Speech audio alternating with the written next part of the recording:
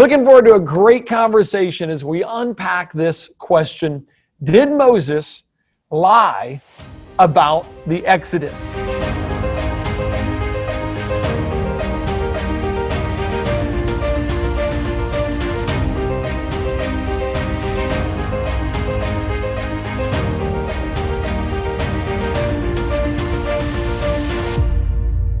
My guest tonight is none other than Tim Mahoney. I've come to respect his study and his research, that it seems to me he doesn't stop at anything. He doesn't leave any stone unturned. He wants to know all the positions, wants to lay it out there for everybody.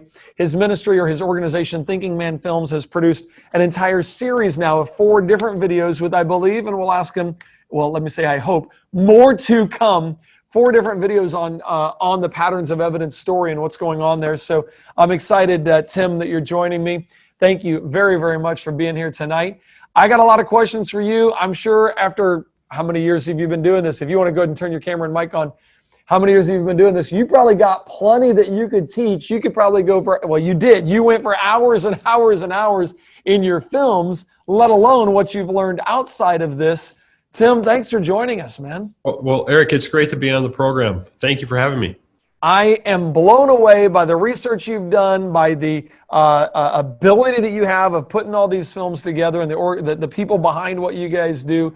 Can you give us like the little bird's eye view of what got you into this and where you're at today? Give us a little 1 to 2 minute deal on where you're at. Yeah, sure. Yeah, well, what ended up happening, Eric, was that I was always interested in being a filmmaker. But I was always confused. Would I be a theatrical, dramatic filmmaker? Or would I be, I kind of thought that was the direction. But I always moved towards documentary. And one of the biggest films that I did when I was in college, well, actually it was after college, I was just gotten married. And I ended up making a 1-hour documentary called Silver Mountain Memories. And it was about my cousin Matt and Randy. And it was actually a kind of a bromance hunting movie of these 2 brothers. My cousin Matt, who you might know, he also makes Matthews guitars, and he's done a lot of projects. I think you've been involved with him in the past. And I love the work that he does. He's amazing. Yeah. Yeah. Anyway, so Matt, when we were, younger, we hung out together, all of us, because our mothers were very close. So I was very connected with my cousins. And so I made this film about them. And that got me eventually a job at an ad agency. In fact, I never got to show the film. I just showed the opening credits, and they turned it off and said, okay, well, let's talk, And I was like, wait a minute. It was that good. See the movie. So anyway, that got me a job in advertising. But I always felt this sense of direction and calling to be a filmmaker and to make films about the Bible. And what's interesting about this is that I actually grew up in a home that was very conservative, and we didn't even have a TV. Once it broke, we couldn't afford to buy another one. My mother was a single parent, and I was the oldest of 4. And so I really thought I was going to go into music or radio. But when I was 18 years old, a movie came out called The Hiding Place. It was a Billy Graham film with Corrie ten Boom, the story of a Dutch family who were hiding people in their home in Holland, and they got caught. And it's the story of what happened. She went to the concentration camp, and she was the only survivor. Well, I saw that movie for the first time when I was 18 years old in a theater. And I was like, wow, was that powerful? And I went back like two more nights that week. So I saw it 3 times in 1 week. Wow. It was such a powerful film for me. And the cinema experience was so powerful. And that began an interest in film. And so after I went to 2 years, I actually went to a North Central University. It wasn't called that at the time. It was called Bible College. And I took a 2-year degree. And then I was going to go into radio. But then instead of going into radio, I ended up hearing about a film school in our town that I could, attend. And it was one of my happiest years of my college life, being in these small classes, studying, learning about film. Well, you've certainly stepped up your game. I've never gotten to see the film you did for Matt, which I'm sure I would love to check out sometime. That sounds cool. But man, you have stepped up your game, because you now have, I remember when your first one came out as a Fathom event, Exodus Patterns of Evidence. Then you had Patterns of Evidence, the Moses controversy, and now the Red Sea miracle. And you had to split that one up into two parts. The first one came out before the coronavirus. The second one had to come out a little bit differently because of closing down all the theaters. Yeah. But a lot of people have been influenced by the films that you've done, and they've certainly made a powerful statement. I'm excited to get into the subject matter. Where are you guys at now? You've released 4. How many more you think you got kind of in the bag or need to be worked on? Believe it or not, after the first film, I was praying about what I should do, and I felt like, what in my heart, it felt like what the Lord was saying was cast a vision. And so we ended up charting out 50 hours of material, and I have a brochure over there. It's fairly in depth, and we actually presented it to some big, you'd know them, but networks that are out there, digital streaming networks, and they accepted the ideas of it, but then we never got any further. But so it's a very comprehensive, 37-page outline, and we've done so much, but we never went in that direction. So what we're planning on is we've got right now the next 2 films are Journey to Mount Sinai, which is the route to which Mount Sinai would it be. We're going to look at those just like we looked at the sea crossings. And then we're going to be going on to Mountain of God. And Mountain of God is really what happened at that mountain that has grown throughout time. The giving of the law, the whole understanding of even government. So I've been, filming for 20 years plus, on some of this content that I didn't know would converge. But there's a number of things that happen at Mount Sinai that have been the foundation for so many things in our culture that we don't realize. I mean, the issue of justice, right? People want justice. Well, the issue of the law. And is there a law? And it goes back even to the founding of our country, because there was this question about there's man's law and then there's God's law. There's a higher law that supersedes man's law. And so anyway, so a country can establish a law, but ultimately God is the lawgiver. Wow. So you really do have a kind of a big scope. There's plenty more to work on. We've got a lot of this already in the can.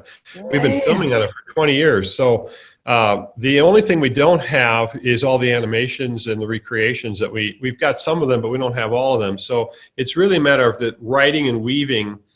Journey to Mount Sinai is fairly well shot, and Mountain of God is as well. Okay. What we need is then we got the conquest, the more detail in the conquest, and working our way through.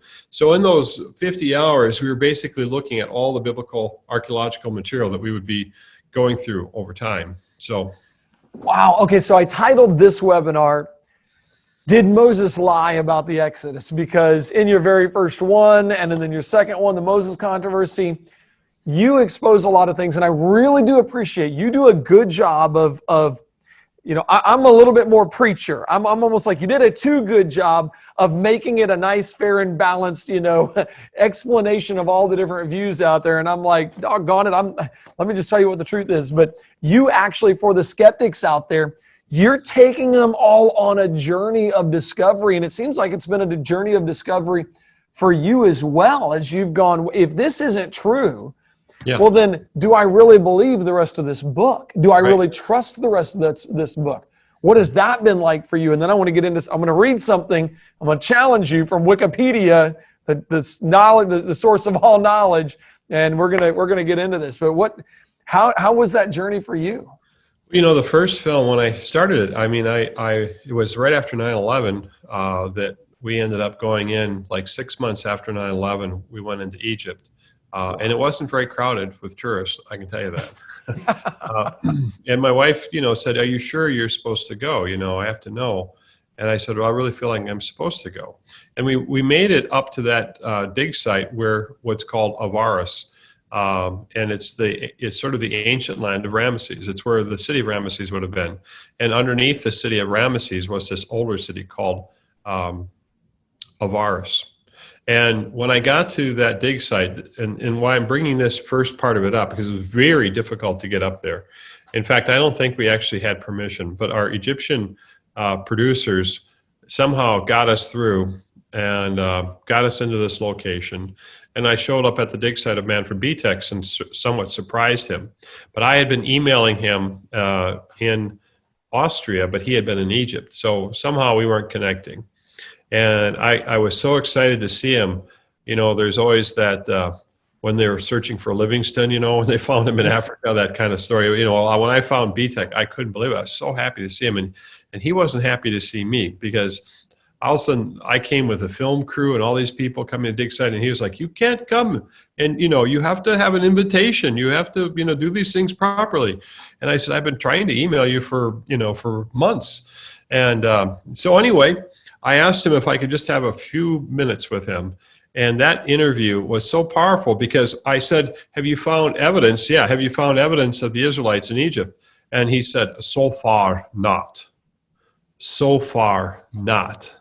And when he said that, honestly, I had a physical reaction. It was almost as if I got punched with a, you know, like somebody hit me with a piece of wood, a club, because it actually stunned me. Because I was expecting him to say, yes, we have evidence. And I kind of heard that I thought that there was going to be evidence. I mean, but I didn't understand at the time what was going on, the dynamic of all that. But that planted a seed in my heart of confusion. So I had a seed of confusion, and a seed, it eventually grew into a seed of doubt about the Bible. And so I came home about a month later, because we were there for 3 weeks, three and a half weeks. And then we went to England and filmed in the British Museum. When I came home, I remember sort of looking at all this material, and I didn't really know how to make big films like this. I was familiar with, this was so much bigger, and there's so much more information. And one of the things that we came to understand, I did, is that I was on a project that was much bigger than I had initially conceived. We all thought this would be maybe 6 months to a year-long project, and then we would have something done. But the way it worked in my life, the way God worked was, in fact, one time I sat in church and said, forgive me, I'm a liar. I said I'd have this thing done. I'm talking to God before the service, and I heard this in my heart. This film will be finished when I say it's finished, not when you're tired of working on it. Wow. What you're building is a fortress, not a facade. You know, if you build a facade, people will surround it and knock it over. But if you build a fortress strong on all sides, when it rises up into the culture, people will just have to deal with it. You know, they'll try to knock it down, but they won't be able to. And so the question then was, what are these four sides? What are this, you know, I believe it's different viewpoints. I think the reason our films have become so strong is because I've invited in multiple viewpoints into these films. And because of that, they're much stronger than if I just had a facadic, one-sided point of view.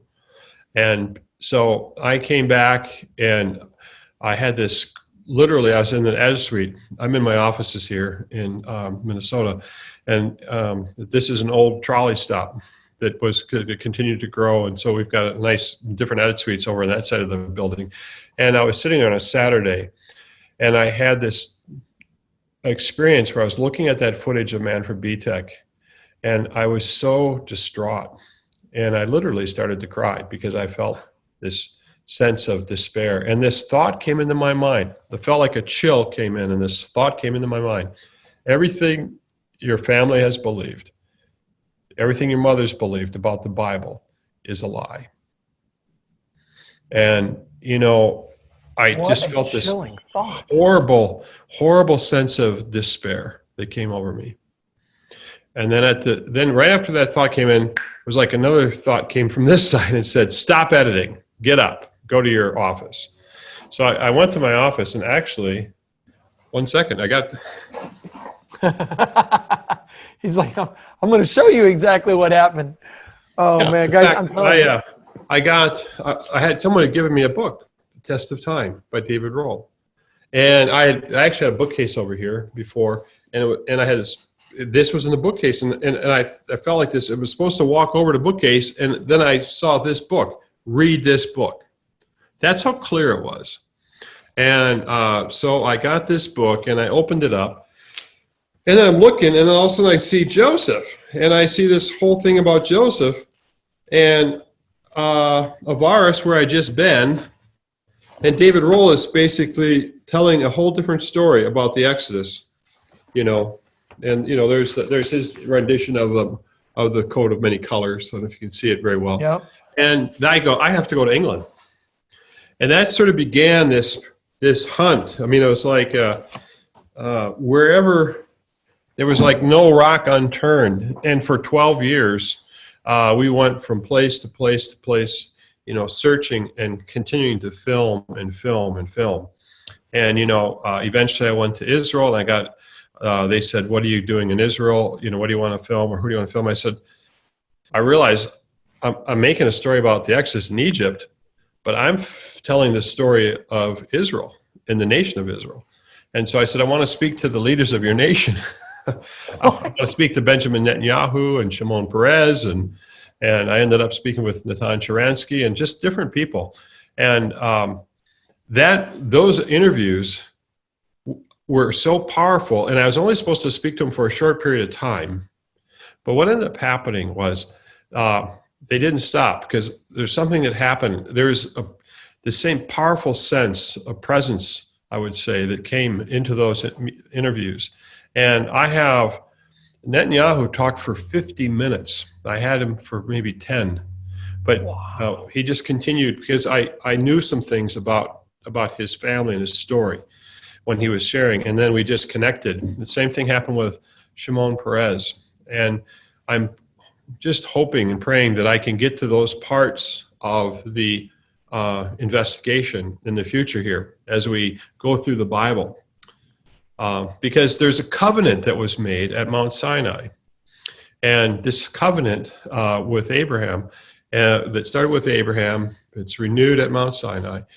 I'm very fascinated by legal covenants, you know, and covenant, I think federal means covenant, I believe. Not positive, but, you know, we have a covenant government. Covenants are made. And I think federal is Latin for covenant, but I might be wrong, but I think that's what it is. We'll check on that. We'll have our fact checkers get back to us on that. But the point I was going to make is that so there's been a journey, and I think that for me, I had a crisis of faith, and it was but it lasted for a very short. I mean, it was like it lasted for maybe like the flu. When you get the flu, you start feeling awful. And then it gets really bad, you know, and then eventually you can recover. Well, for me, that doubt went on for weeks, maybe a couple months, and then it really got bad when I came, and then I was somewhat came out of it, you know, through here. The challenge for some people, though, is they never come out of it, is that they never get that answer, and then they're tumbling like in a rapids, something being battered on the rocks as they're, you know, being swept away. And so many people have been swept away. So in my particular case, I know what that feels like.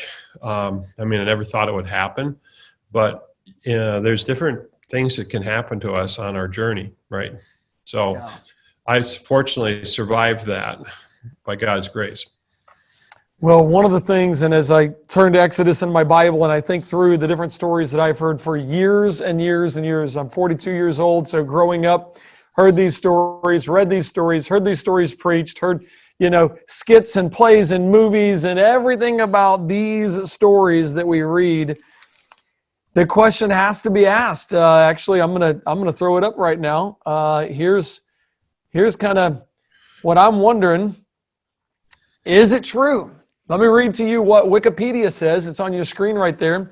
There are two main positions on the historicity of the Exodus in modern scholarship.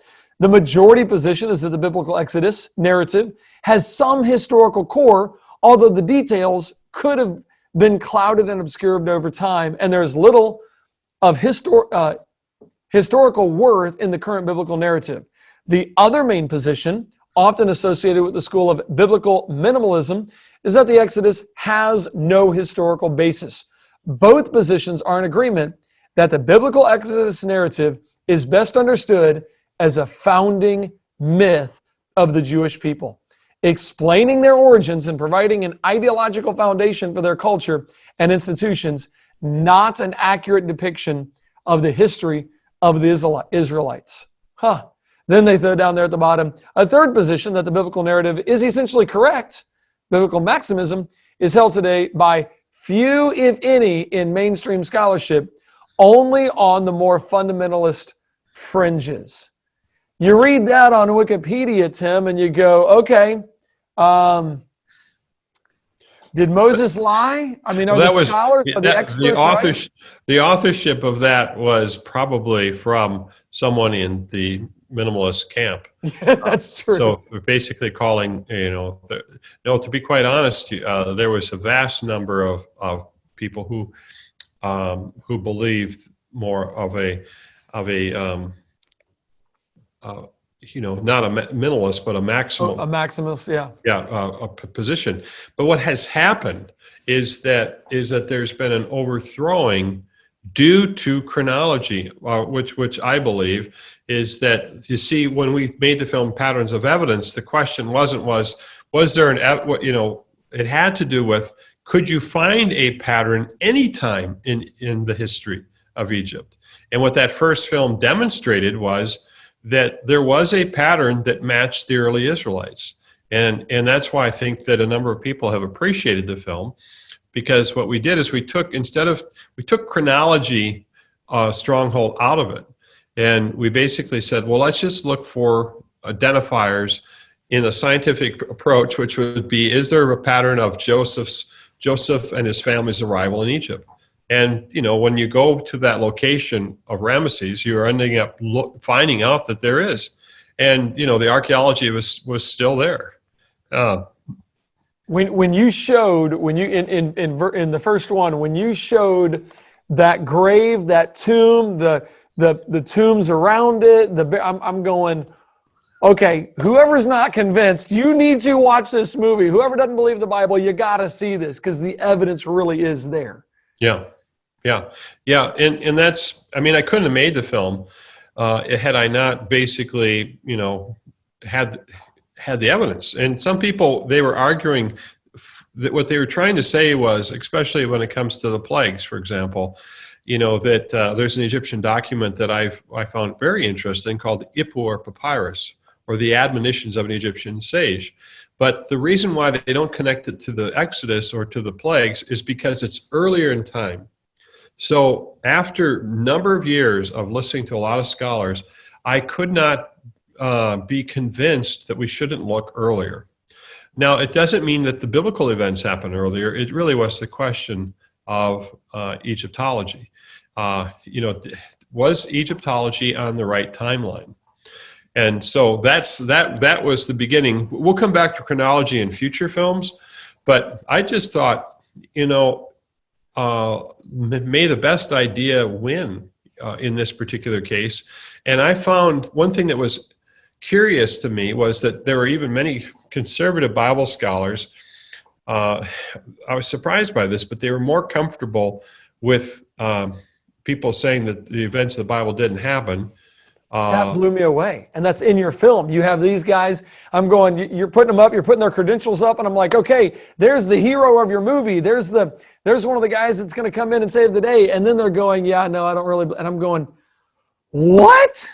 Yeah. What? You don't believe you don't believe those were miracles, or you believe that was a natural phenomenon, or you don't believe it at all? That really surprised me. Well, and what happened then was that what some people, even ones who believed that they happened, but they were more frustrated that I was messing with chronology, with bringing up the idea of chronology. So what was very helpful was to basically look at all these scholars and get to know them. And I like them all. I've enjoyed every one of them. I think I've tried to represent them. And we used to say, filmmaker friend of mine, Bart Gavigan, said, Tim, no drive-by shootings. In other words, don't just stick your camera out the window and get that kind of interview. So I have been very generous, I think, with opposing positions. But by the time you get done, what I'm trying to say is, convince me that I shouldn't believe this is true. Now, most people don't necessarily, I'm not saying that everyone should try to do that, but in my particular case, what I was doing was going to say, I want you to give me your best shot. If I'm not supposed to believe this, how can you explain to me how this sequence could happen? And I've had some people in science, and just the odds from a mathematical standpoint of all those things aligning up, because you have to have a sequence, and if you put piece after piece and they come in the order that's supposed to be, so you can dismiss them, but then I have to listen to how good is your dismissal argument compared to what if this basically moved over, and all they can do is go, well. Any idea how many, because that's another thing that I found fascinating is when I said at the beginning, you didn't leave any stone unturned, and you mentioned that yourself, you really didn't. I've heard things that I've never heard before in your films, views I'd never heard before, combinations of views, and people. Any idea how many experts you've talked to find out, is Moses lying about the Exodus, or is he telling the truth? I'm not exactly sure how many, but I have lots of interviews. I'm between 150 and 200. And Wow. When we say interviews, sometimes I'll have interviewed people multiple times, and I might have 15 or 20 hours of interview material, and then multiple camera angles, and then all the footage. So, in the process of managing all that, there's thousands and thousands of hours of content that we have. We have, I think we have, I was told, about 55,000 pieces of clips, and that might include photography too. But there's just so much material. There was a period of time a few years ago that if I just watched all the footage, it would take me a year of just full-time work to watch it. Now we're way beyond that. It would probably take 2 or 3 years to watch it now because we've been filming so much. That was that was a number of years ago when I looked at that number. And that's the challenge when you have this much content is, weaving through it. And Yes. Right now, we're building box sets. Those box sets are going to be 8 hours of bonus material, rich bonus material on the Red Sea Miracle Part 1 and Part 2, 8 hours each. So there's 16 additional hours of bonus material where, we have these deep archives where we're dealing with the questions and trying to get it further and weave all that together. And we've been at it almost not quite the whole year with some, a couple of editors, or one editor in particular, but then now we've added a lot more people onto that team. Unbelievable. I'm going to show you guys a clip of the second Patterns of Evidence. It's your trailer that you've got up on YouTube. And I want you guys to see this so you can know kind of what we're talking about. And then I kind of want to go through some of the sequences here and go, okay, where did you land on this? Where did you land on this subject? Where did you land on this claim and on this claim? And just kind of find out where you're at there. But check this out. This is one of the trailers for Exodus Patterns of Evidence, the Red Sea Miracle Part 2. Long time, the idea was that the Israelites crossed down through here and crossed the Suez. And you don't think there was a crossing at the Suez or at Aqaba? As far as I'm concerned, they're just too deep, too difficult. If God exists, then miracles are entirely possible because there is a God there to act. The wind can't do it. You have to rely then on a spectacular miracle. It's explicit. The Bible says, and the Lord sent a strong east wind which blew all night. If you had told me that somewhere near the Sinai, wind blows and splits the water, I could find it from there.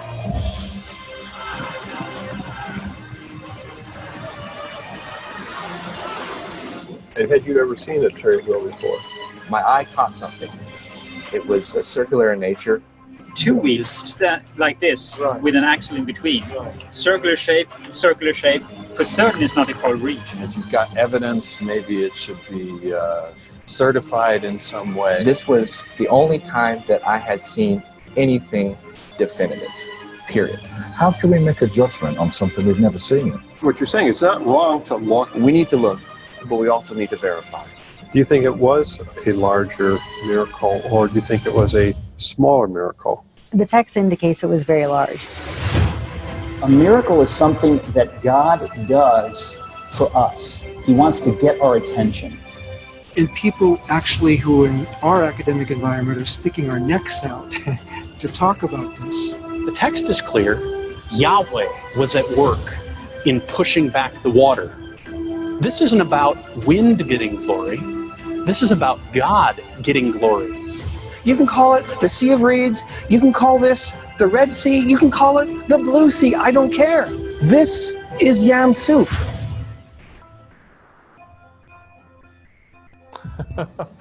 Man, well, the film is out. It is available now. I want you guys to know about that. It really is. Melissa will put links in the chat for you guys, all of these. Okay, backing up to Did Moses Lie? Big picture. Abraham goes to, Abraham goes down to Exodus, lives there. The people end up becoming slaves. Moses ends up being born and saved by Pharaoh's daughter. He is raised in the Egyptian household, leaves after 40 years of seeing his people suffer, and then kills an Egyptian. He leaves. He's gone for 40 years. Burning bush, comes back from God's command, with God's command saying, hey, I'm going to save my people, take them out. 10 plagues. After the 10th plague, the children of Israel are kind of asked nicely to leave Egypt, say, please go. They give them all their valuables. They leave Egypt. Red Sea crossing, Mount Sinai. Tim, how many of those events now do you actually believe? You've been investigating one after another, after another, after another. Your films are investigating that. You got more films coming out about Mount Sinai. Have we discovered it? Do we know where it's at? Out of all that, chronology of events, what really happened? Did Moses lie to us at all? Walk us through some of those and just teach us on these. Okay. Well, it's a tough question when you say, did Moses lie? But I don't believe that Moses lied at all. I mean, I believe that Bible is God's word. But I've taken an approach that I think is approach that is very much like the world would take in order for them to basically go on this journey. And that would be to basically say, well, what does the Bible say? And can we see a pattern for it? So I've noticed in my, in our I guess I would say in our approaches to making films like this, the one thing was to say, well, okay, can we see any evidence that Moses, like some people are saying, well, Moses lied. What I heard is that Moses didn't even exist. Wow. What people are saying is we don't know if there was a Moses. And so what these minimalists are basically saying is that there's a wonderful narrative story that was invented. And they wouldn't say maybe invented. They would say it sort of grew over time as sitting around the campfire and they're trying to explain their existence. And so this idea of sort of a little bit of truth and a little bit of exaggeration made for a wonderful fairy tale. But a fairy tale that could explain the people of Israel's coming to be a people, who they were. But what's odd about that is that if you look at the biblical narrative, if Moses is the author, and Jesus says that he is, Jesus basically is telling us that Moses existed and that Moses wrote about who Jesus was. Thank you for joining us for this engaging conversation. To view this and many more conversations in their entirety, we invite you to partner with us at creationtoday.org/partner.